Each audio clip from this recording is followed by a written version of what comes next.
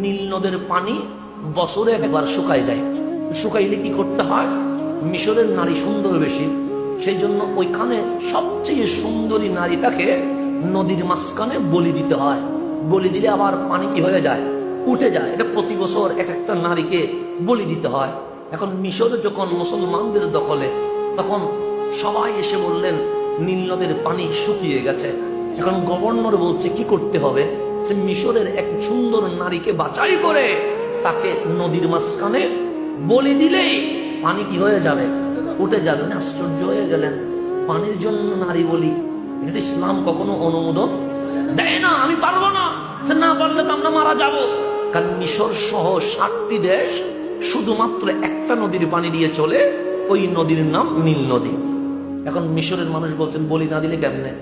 আমার ইসলাম এরকম কুসংস্কার অপসংস্কৃতি আমাদেরকে শিখায়।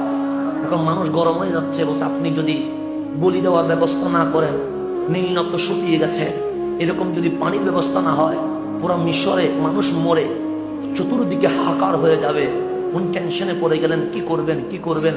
কারণ বলি দিলেই পানি উঠে, বলি না দিলে পানি উঠে না। চিঠি লিখলেন ফারুক আজমের কাছে, এই ওমর ইবনুল খাত্তাব আমিরুল মুমিনিন খলিফাতুল মুসলিমিন, মিশর তো মুসলমানের দখলে আসলো, এখন ইসলামী হুকুমত কায়েম হলো, কিন্তু এখানে এসে এক আশ্চর্য ঘটনা। আশ্চর্য ঘটনা হচ্ছে নীল নদ বছরে একবার শুকিয়ে যায়, একটা সুন্দর নারী বলি দিতে হয়। হায়াত মৌতের মালিক আল্লাহ। ইসলামের মধ্যে অপসংস্কৃতির কোনো বিধান নাই। আপনি যেহেতু আমাকে গভর্নর বানিয়েছেন, মিশরের আমির বানিয়েছেন, মিশরের মানুষ আমাকে বাধ্য করছে আমি যেন মিশরের সবচেয়ে সুন্দরী নারীটা বলি দেই, কিন্তু আমি আল্লাহর হুকুমের বাহিরে যেতে পারছি না। এখন কি করব? আপনি ওমরে ফারুক জানিয়ে দেন। কারণ আপনি যেহেতু প্রেসিডেন্ট, অর্ধেক রাষ্ট্রের মালিককে আপনি, তা আপনি যেটা বলবেন আমরা কি করব? সেটা করব। বাকি বিচারের মালিককে। ফারুক আজম আর গভর্নর বরাবর চিঠি লিখে নাই, চিঠি লিখতেছে নীল নদীকে।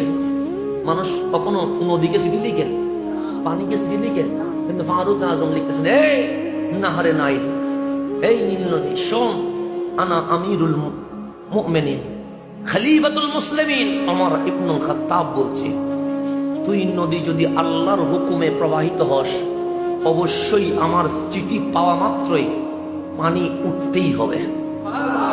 দুই, তুই যদি শয়তানের হুকুমে চলিস, তাহলে তোর প্রতি আমার কোনো নসিহত নাই। এতটুকু লিখে ফারুক আজম দস্তক করে দিয়ে পাঠাইয়া দিলেন কার কাছে?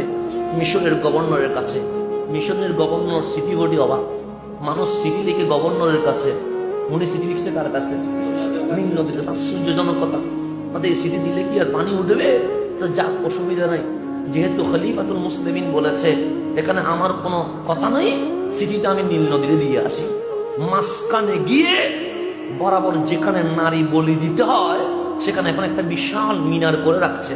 ওই আপনারা যদি কেউ দেখে আসবেন, মাঝখানে একটা বিশাল মিনার, মসজিদে যেরকম মিনার থাকে ওরকম, মানে ওই জায়গায় সিটিটা দিতে দেরি, নীল নদের পানি উঠতে দেরি হয় নাই।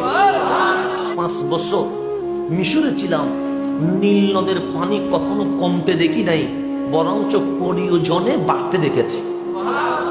তখন আমরা পড়লাম কিতাব যে ফারুক আজম যেদিন চিঠি দিয়েছে, সেই দিন থেকে আজকে পর্যন্ত ইতিহাস বলতে পারবে না একদিনের জন্য